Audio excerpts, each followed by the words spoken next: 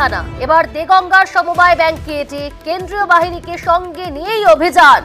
জিয়াউল রয়েছে আমাদের সঙ্গে টেলিফোন লাইনে। প্রতিনিধি জিয়াউল, কখন পৌঁছলেন ইডি আধিকারিকেরা, কোন কোন বিষয় তারা খতিয়ে দেখছেন? দেখো, প্রায় 1 ঘন্টা অতিক্রান্ত দেগঙ্গার হামাদামা আদিসনগর যে সমবায় সমিতি রয়েছে সেখানে ইডি 5 আধিকারিক সঙ্গে কেন্দ্রীয় বাহিনী জওয়ানরা এসেছেন। মূলত যে রেশন দুর্নীতি, জ্যোতিপ্রিয় মল্লিক, প্রাক্তন খাদ্যমন্ত্রী জ্যোতিপ্রিয় মল্লিকের ঘনিষ্ঠ আলিফ নূর এবং আনিসুর রহমান দেগঙ্গার 2 চাল ব্যবসায়ী প্রায় মাসখানিক আগেই গ্রেপ্তার হয়। ইডি আধিকারিকরা তাকে গ্রেপ্তার করে।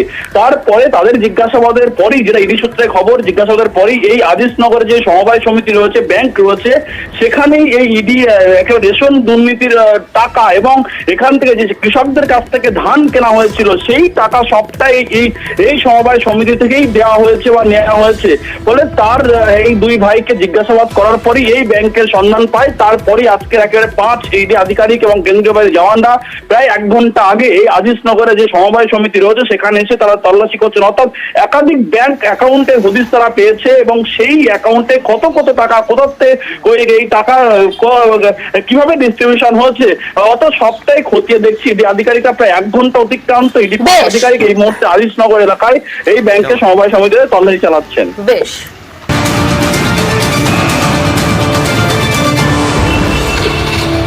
রেশন দুর্নীতি তদন্তে ফের অ্যাকশনে ইডি। এবার জয়নগরের বহরুতে ইডি হানা। অর্পণ রয়েছে আমাদের সঙ্গে। অর্পণ, ইডি কখন তল্লাশি চালায় এবং কোন জায়গায় তল্লাশি অভিযান ইডি আধিকারিকদের? দেখো, জয়নগর থানার বহুরু বাজার এলাকায় প্রথমে ইডির একটি টিম আসে। তারা এসে এমআর ডিলার সুস্মিতা ঘোষ, তার যে গোডাউন রয়েছে সেই গোডাউনে কিন্তু অর্পণ, কোন সূত্র ধরে সেখানে ইডির হানা? দেখো, এখনো পর্যন্ত রেশন দুর্নীতিতে যে তদন্ত হয়েছে সেই তদন্তে এই রেশন ডিলার অর্থাৎ সুস্মিতা ঘোষের নাম উঠে আসে।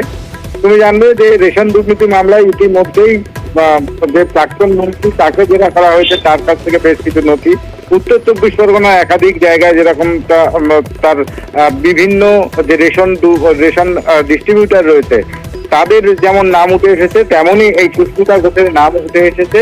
এবং সকালে 7:20 পর ইডির 2টি টিম, একটি এই যেখানে গোডাউন রয়েছে বহুরু বাজার সেখানে এবং এই সুস্মিতা ঘোষের বাড়ি সেখানে আরো একটি টিম, অর্থাৎ 2টি টিম তারা ভাগ হয়ে এই রেশন দুর্নীতি মামলার তদন্ত শুরু করেছে। একটার বাড়িতে, সুস্মিতা ঘোষের বাড়ি, সেই বাড়িতে একটি টিম রয়েছে। তারা সেখানে কাগজপত্র খতিয়ে দেখছেন এবং যে রেশনের যে গোডাউন রয়েছে সেই গোডাউনে একটি টিম রয়েছে। তাদের যে সেখানে কাগজপত্র, সেই কাগজপত্র ইতিমধ্যেই খতিয়ে দেখার কাজ শুরু করেছেন ইডির আধিকারিকরা। বেশ,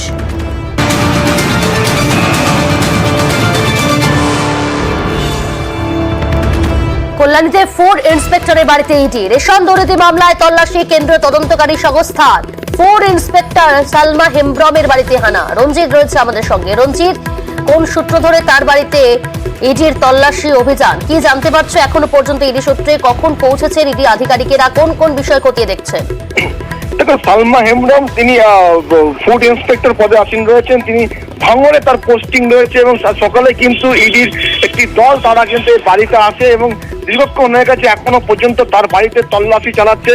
যদিও পরিবার সূত্রে জানতে পারা গেছে সালমা হেমব্রম বেশ কয়েকদিন আগে তিনি অসুস্থ হয়ে বেসরকারি নার্সিংহোমে চিকিৎসাধীন রয়েছেন।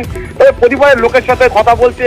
ইতিমধ্যে বাইরে কেন্দ্রীয় বাহিনী যেমন মোতায়েন রয়েছে, অন্যদিকে ইডি আধিকারিকরা তারাও কিন্তু বাড়ির ভেতরে রয়েছে, তারা খতিয়ে দেখছে বিষয়টি এবং কি বিষয়গুলো, বেশ কিছু বিষয় কিন্তু তারা কিন্তু খতিয়ে দেখছে। এবং সালমা হেমব্রম যেখানে পোস্টিং রয়েছেন সেখানকার কি বিষয়গুলো উঠে এসছে সবটাই কিন্তু ইডি আধিকারিকরা যারা তদন্ত করে দেখছেন। এই মুহূর্তে ইডি আধিকারিকরা একটি দল তারা কিন্তু বাইরে থেকে বেরিয়ে তারা স্বাভাবিকভাবে মনে করা হচ্ছে যে সালমা হেমব্রম যেখানে ভর্তি রয়েছেন সেখানে যাচ্ছেন। অন্যদিকে এখনো পর্যন্ত বাইরে কিন্তু কেন্দ্রীয় বাহিনী মোতায়েন রয়েছে। বেশ, আজ সকাল থেকে বিভিন্ন জায়গার ইডির তল্লাশি অভিযান শুরু হয়েছে। বাসন্তী, সেখানেও ইডির হানা। ইডি আধিকারিকেরা তল্লাশি অভিযান শুরু করেছে বাসন্তী, সেখানেও ইডির হানা।